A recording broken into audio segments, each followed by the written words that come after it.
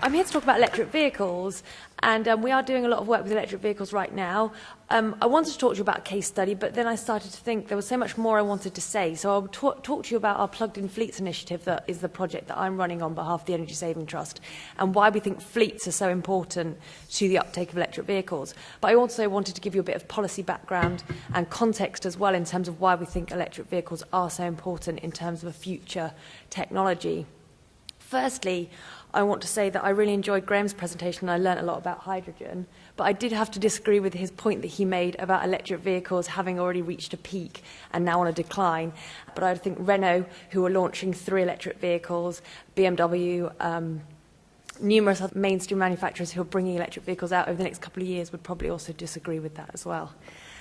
What I should do is just make a little caveat and say when I say electric vehicle, I'm generally probably talking about a plug-in hybrid as well. So I'm talking about plug-in vehicles generally.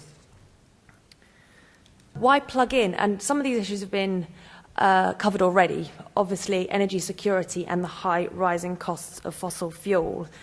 Just to kind of put it into a sharp context, really. Europe imports 300 billion euros of oil annually, and a third of that is for cars. Since 2000, prices of fuel have risen 5-fold, and we don't really see that that's going to change too much. A diesel vehicle, on average, I picked diesel because that's what most fleets will run. On average, a diesel vehicle probably runs at 13 pence per mile, whereas an electric car would run around 3 pence per mile. So it's actually about a quarter of the price to run an electric vehicle. So there's a very good reasons to move towards plugged-in vehicles. Other 2 issues that we don't think too much about, because I think we focus a lot on electric vehicles and climate change, but one is noise. And what I know living in London is that I can't sleep with my windows open because of the noise, whereas if people were driving electric vehicles, that wouldn't be a problem because they're silent. And air quality. We all know we have massive air quality problems in this country, particularly in urban areas. According to the House of Commons, over 50,000 people die prematurely a year because of air quality, and one of the main problems is petrol and diesel cars and the pollution that comes out of the tailpipe. With electric vehicles, you don't have any tailpipe emissions. So let's have a little look at the policy. And the government is backing electric vehicles. I agree with the other speakers that electric vehicles won't be the only technology that we see moving forward. They're not the only technology of the future. They're just part of a mix, but they're an important part of a mix, and the government agree with that. The government has introduced a number of policies to help the uptake of electric vehicles, and their main driving factor behind that is their climate change targets. And they see that electric vehicles running on renewable fuels will really help us get towards zero carbon emissions.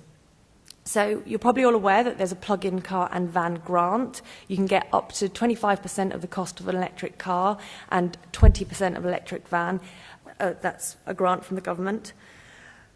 In terms of how many vehicles are actually eligible for that, right now there are 10 cars available for the grant, eligible for the grant, and there's 7 vans that are eligible as well.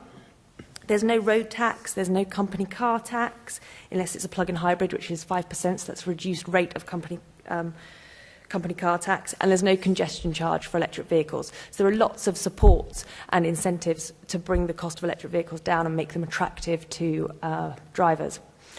In terms of how many electric vehicles we expect to see on the road, the Climate Change Committee has a big ambition that they hope to see 1.7 million electric vehicles on the road in 2020. And the Mayor of London, whose house we're in today, he has a very strong ambition as well. He would like to see 100,000 electric vehicles on the road. He actually hasn't said in 2020. I think his aspirations might be sooner than that. But also he wants to see London as the electric vehicle capital of the world. So there's a lot of ambition for electric vehicles in the UK. But at the European level, and I think in some ways this is most important, because the manufacturers obviously don't just sell cars in the UK, they sell them at the international level, and there's a huge driving force coming from Europe. There's legislation where car manufacturers have to bring the emissions down from all vehicles, and electric vehicles is a way for them to do that. And in 2020, they have to, the legislation is getting tighter, and what's on the table at the moment is that every electric vehicle will count as 1.3 vehicles towards their target. So actually there's a strong incentive for manufacturers to be developing electric vehicles to help them meet European targets. And if they don't meet those European targets, then they do face a heavy fine. I was going to say penalty, that's why I said pine. penalty or fine. So infrastructure, one of the main things that come up when you talk about electric vehicles is where will people charge them? One of the main things most people will probably do is charge them at home, because a lot of people, maybe not in London, but a lot of people across the country, especially people who can afford an electric vehicle at the moment, do have a driveway or a garage where they could recharge their electric car. But the government and others are doing a lot to help people make sure that they can charge their electric vehicles if they can't charge them at home or if they want to charge them elsewhere. The Plugged in Places programme is a government-funded programme. They've dedicated £30 million towards 8 pilot programmes across the country, and that's Scotland as well. So all that money is being spent on installing electric recharging points, mostly in public places. Now, the government's carbon plan also has an aim for 8,500 charge points across the country. But it's not just the government that are doing things, private companies are doing a lot as well. And just one example of that, and there are many others, is the Polar project, which is rolling out a national UK charging point network, and that will be covering over 100 towns and cities, and they expect to do that over 12 months, so it's quite an ambitious project. And that will be public recharging points in places like supermarkets, roadside restaurants on busy roads, and those sorts of things. So electric recharging infrastructure will be easy to get hold of. So let's talk a little bit about plug-in vehicle sales. This is 3 examples of some relatively new vehicles that are on the road. We've got the Ampera, the Vauxhall Ampera here. We've got the Renault Kangoo ZE, and then we've also got the plug-in Prius. Now, this is just 3 examples of the vehicles on the road today, and it's just an example of how many vehicles are coming on the road and that they suit different types of needs, because the 2 on the outside are both range-extended vehicles, so there's not really a range limitation for those. And then obviously the middle one, as you can see, is a van, so that's obviously very useful for businesses. But let's talk about the numbers of vehicles that have actually been sold. Sales have been slower than anticipated. I'm not going to pretend they haven't. What we've seen since the grant came online in January 2011 is 1,994 cars have been sold that were eligible for the grant, and the van grant has only been available for a few months, and since that came live, we've seen 99 vans sold. But I'm still pretty confident about the electric vehicle market, and the reason for that is because we didn't have that many models available. When the grant first came out, you couldn't really buy many electric vehicles. There weren't that many models available. But we're seeing more and more vehicles being launched and more vehicles that suit different types of needs. And I think that's the really important thing. And I'll quote somebody at the Office of Low Emission Vehicles. They said, this isn't a sprint, this is a marathon. So we shouldn't expect to see millions of sales of electric vehicles this year. And we shouldn't think that we've failed if we don't. And just to reiterate the point that there are lots of mainstream manufacturers who are bringing electric vehicles on the roads in the next couple of years. So here's 3 or 4 examples of vehicles we expect to see very soon. We've got the Renault Zoe, which is Renault's 3rd or 4th electric vehicle, you could say, if you include their quadricycle, the Renault Twizy. We've got the BMW i8, which is a very nice car. I don't know if anyone's seen Mission Impossible 3, but if you have seen it, then you'll know that Tom Cruise is driving an i8 in that film. So we're looking at more of these vehicles becoming very aspirational. They've got the BMW i3 as well, and then this is the probably my favourite, the Audi e-tron on the right, and these should be on the roads in the next 2 to 3 years. And just to say a bit more about electric vehicles and costs, one of the barriers at the moment is the upfront cost of an electric vehicle. But there was actually a report that came out this week, and I don't know if anyone's had a chance to look at it, but McKinsey have said that battery improvements will raise capacity by 80 to 110% by 2025. So obviously that will be that's not going to affect the cost necessarily, but it will affect the range. But what will impact the cost and bring the cost down for electric vehicles is that they think that the reduction in cost of the electric battery by 2025 could be as much as 45%. So McKinsey is seeing some really good positive things happening for the electric vehicle market. So now I'll tell you about fleets and why we think fleets are so important. What I should say is, if anyone hasn't read this report, it's the Plugged in Fleets report, and we published that in February. It was a project that was led by the Climate Group, and Energy Saving Trust were involved with that, along with Cenex.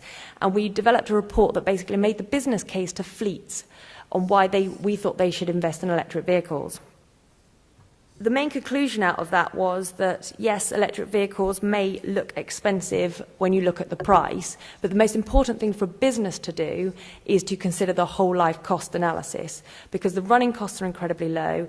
If you look at service, maintenance and repair, and you look at whether you're in the London congestion zone, how far you drive every day, when you add up everything, you can work out the total whole life cost, total cost of ownership, and what this report states is that for some businesses, in the right cases, electric vehicles can make sense and they're the right choice.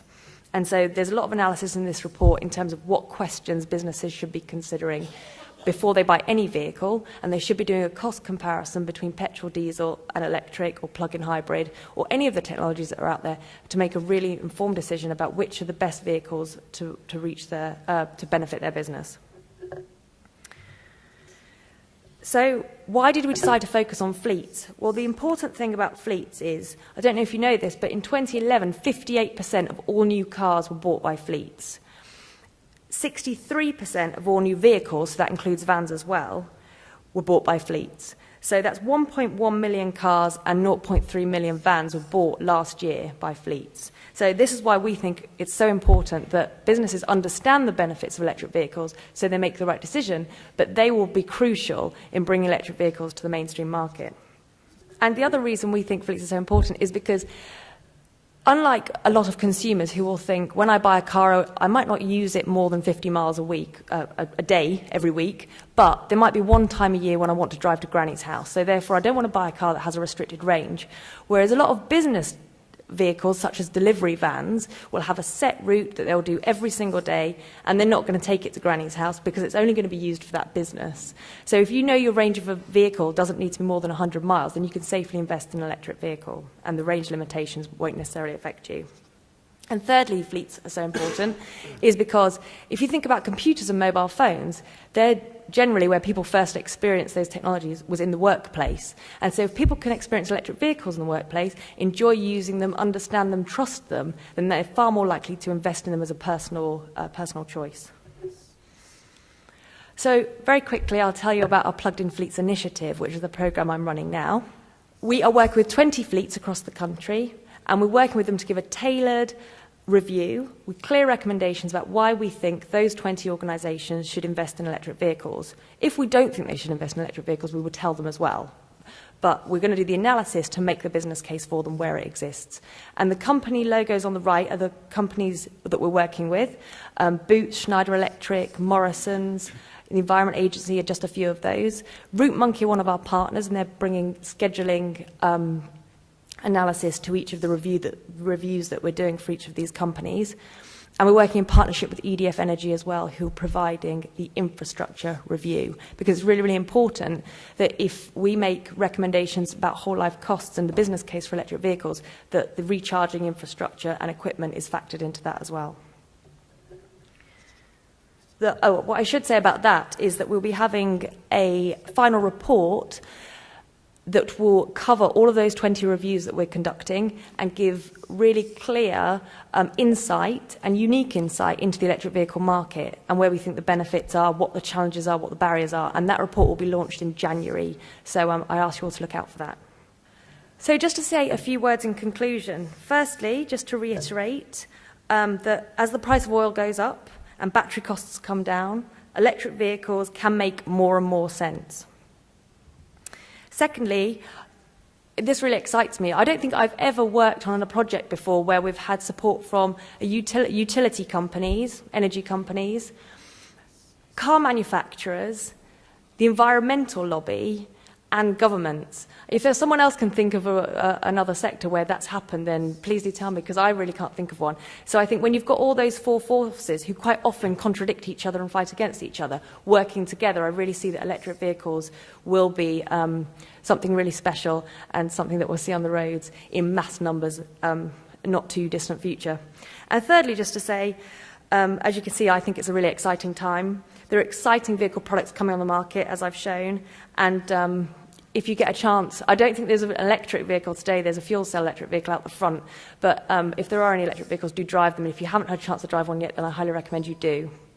Thank you. Oh, brilliant. There's a Mia electric vehicle outside, apparently. So okay, thank you.